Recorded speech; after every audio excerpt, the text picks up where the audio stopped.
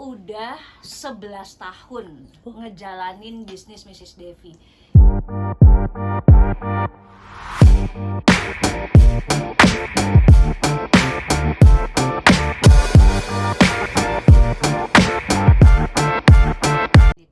Halo Mrs. lagi apa ini? Halo, ini aku lagi beres-beres karena Mrs. Devi barusan pindah kantor. Yeay. Emangnya selama ini kantornya di mana, Miss? Selama ini tuh kantornya ada di rumah aku. Jadi rumah aku tuh kan 2 lantai. Lantai atas itu dibuat untuk rumah, lantai bawah dibuat untuk kantor. Miss sudah berapa lama nih, Miss, jalanin bisnis Mrs. Devi gitu? Aku tuh udah 11 tahun ngejalanin bisnis Mrs. Devi. Itu sebelum aku nikah ya. Zaman itu sekitar tahun berapa itu ya? 2012 kayaknya. Dan diawali dari jualan aksesoris handmade. Oh, jadi bukan dumpling ya? Bukan dumpling tas ya. Ah. Tas itu malah sekitar tahun 2020 tuh aku tuh mulai masuk ke tas. Awalnya itu masih ke aksesoris hijab kayak bros, headpiece, kalung, bahkan cincin, itu semuanya dari bahan kain. Karena tahun 2012 itu lagi tren banget nih hijabers itu pakai aksesoris yang gede-gede tuh. Nah, itu aku tuh mulai bikin dari zaman aku masih kuliah, itu aku bikinnya, dan jualannya lewat Facebook.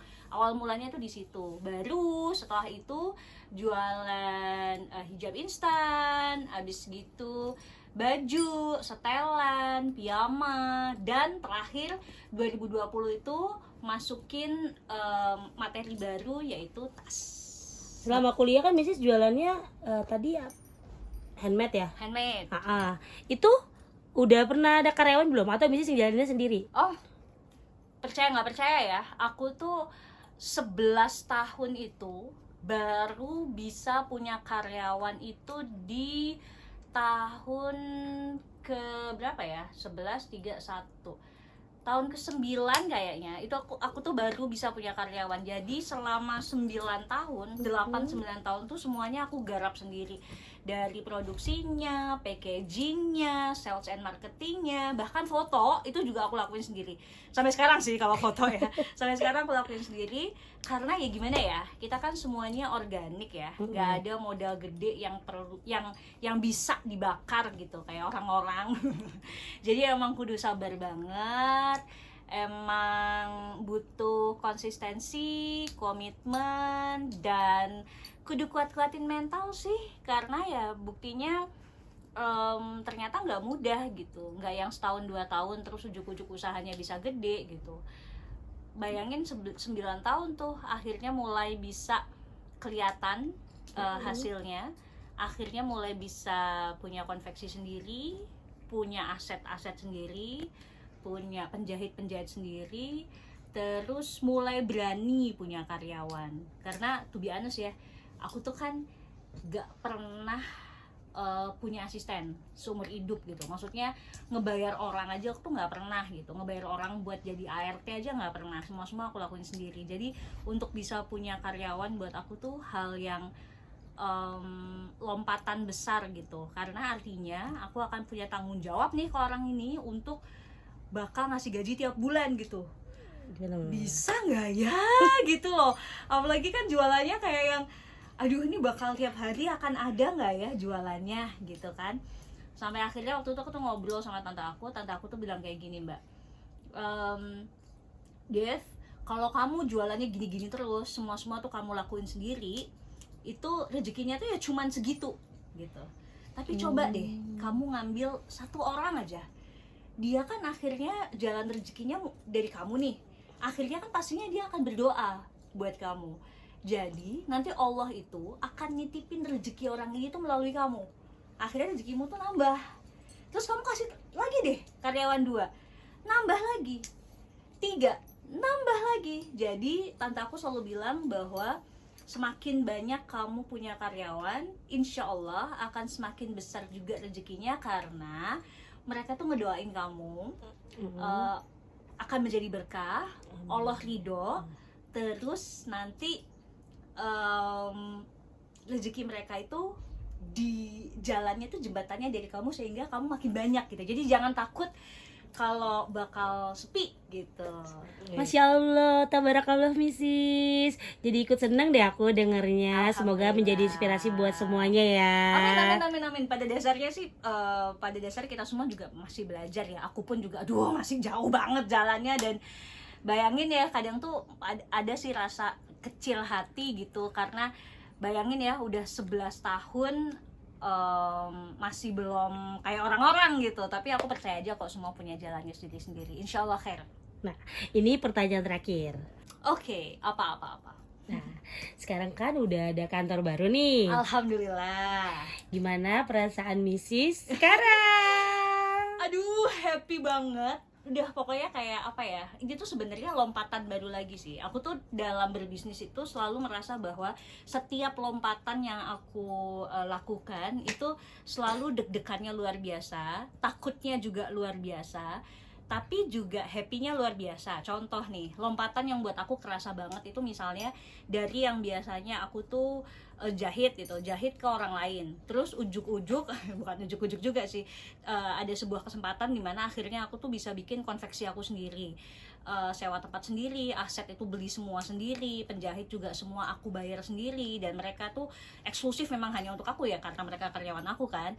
Itu sebelum memutuskan itu tuh deg-degannya luar biasa gitu banget, karena balik lagi ada rasa takut gitu, ya Allah gimana ya nanti kalau misalnya aku nggak bisa ngebayar gimana, kalau misalnya nggak ada jahitan gimana, padahal mereka nantinya itu akan berharap banget sama aku gitu. Hal-hal kayak gitu yang selalu buat aku tuh takut, tapi karena ya itu tadi merasa bahwa memang sudah waktunya, jadi memberanikan diri. Sama sebenarnya sama punya kantor baru ini gitu. Selama ini aku tuh memaksimalkan apa yang aku punya gitu, karena rumah aku memang 2 tingkat, ya udah deh lantai atas itu buat rumah aku, lantai bawah dipakai buat kantor gitu. Jadi kan nggak ada biaya sewa ya kan. Sambil ngeliat deh situasinya nih gimana, penjualannya kayak gimana, terus perkembangan karyawannya kayak gimana, perkembangan bisnisnya kayak gimana, sampai akhirnya di titik dimana oke, karena sekarang barang udah makin banyak, karyawan juga udah makin bertambah gitu, terus kebutuhannya Mrs. Devi itu juga makin luas gitu kan. Akhirnya banyak minta sama Allah gitu, sholat istikharah juga nih, gimana ya Allah ya, gimana ya kalau misalnya saya tuh udah mulai punya kantor sendiri gitu. Akhirnya ada tuh keberanian, walaupun tetap kayak biasanya setiap ada lompatan baru takut sendiri gitu. Akhirnya memaksakan diri, oke, perhitungannya cocok, ayo sewa tempat khusus untuk kantornya Mrs. Devi. Dan deg-degan sih, happy banget, tapi deg-degan banget, tapi kayak ada rasa cie sekarang Mrs. punya kantor gitu. Jadi kadang tuh kayak ya pamit sama suami aja bilang, ya udah aku ke kantor dulu ya gitu, padahal biasanya cuma di lantai atas turun ke lantai bawah gitu. Sekarang udah kayak punya kantor beneran. Pegawai-pegawai aku pun juga jadinya punya rasa pride ya, karena kan akhirnya mereka pun juga punya kantor gitu, nggak sekedar kerja di rumah orang gitu, tapi bener-bener aku pergi ke kantor nih, ke kantornya Mrs. gitu. Jadi ada pride-nya juga, ada kebanggaannya juga. Masya Allah, happy semua insya Allah. Doain aja, semoga kantor yang baru ini membawa berkah. Amin. Doain juga semoga Mrs. Devi ini makin lama ke depannya, makin luas rezekinya, makin banyak yang kenal produk-produknya. Karena insya Allah memang Mrs. tuh kalau bikin produk selalu yang terbaik, kualitasnya pun yang terbaik, selalu yang terbagus dan berkualitas terbaik insya Allah. Tinggal gimana sih caranya supaya orang tuh tahu gitu kalau Mrs. Devi tuh ada gitu. Dan itu satu-satunya cara memang mintanya sama Allah gitu. Karena aku tuh dari awal selalu percaya bahwa siapapun yang membeli tasnya Mrs. atau bajunya Mrs. atau jilbabnya Mrs. atau aksesorisnya Mrs. itu pastinya yang gerakin tuh nggak lain nggak bukan hanya Allah. Allah yang punya hati mereka, dan Allah yang menggerakkan hati mereka untuk mencintai Mrs. Devi. Masya Allah, terima kasih Mrs. Sama-sama. Mampir-mampir ya ke kantornya Mrs. Devi, karena insya Allah di bawah kan akan jadi showroom. Siap. Oke. Bye-bye. bye. Sampai ketemu di YouTube channel Mrs. Devi berikutnya. Jangan lupa like, comment, and subscribe. Oh ya, untuk alamat kantornya, kamu bisa tanya aja langsung ke admin WhatsApp atau cek di Instagramnya Mrs. Devi @MrsDeviStyle dan @MrsDeviBag.